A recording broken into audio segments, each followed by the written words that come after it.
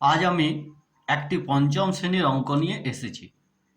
মীরা 10টি লজেন্স কিনতে 5 টাকা দিয়েছিল। মীরা 4টি লজেন্স কিনলে কত পয়সা দিত? এখানে 10টি লজেন্সের দাম দেওয়া আছে 5 টাকা, এখানে টাকায় দেওয়া আছে, এবং 4টি লজেন্সের ক্ষেত্রে পয়সায় বার করতে হবে। তাহলে এখানে আমাদের 1 টাকা সমান আমরা জানি 100 পয়সা।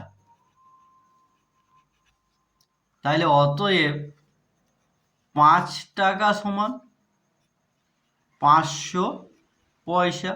তাহলে আমরা প্রথমে টাকাকে পয়সায় করে নিলাম, এরপরে আমরা ঐকিক নিয়মে অঙ্কটি সমাধান করব। তাহলে এখানে হচ্ছে লজেন্স সংখ্যা,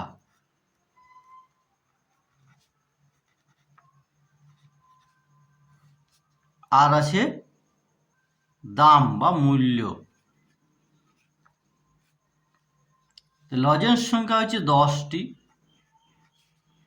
দাম হচ্ছে 5 টাকা মানে 500 পয়সা। 4টি লজেন্সের ক্ষেত্রে কত পয়সা হবে? এবার ঐকিক নিয়মের ভাষায় লিখি। 10টি লজেন্সের দাম 500 পয়সা। অতএব একটি লজেন্সের দাম 500 ভাজিত 10 সমান 50 পয়সা।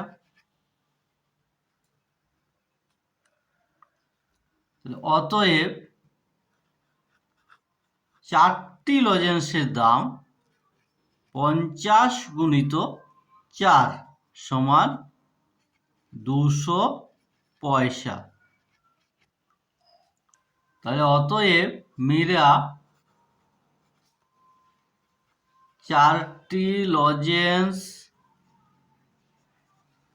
কিনলে 200 পয়সা দিত। ভিডিওটি ভালো লাগলে লাইক করো, চ্যানেলটি সাবস্ক্রাইব করো এবং বন্ধুদের সাথে শেয়ার করো।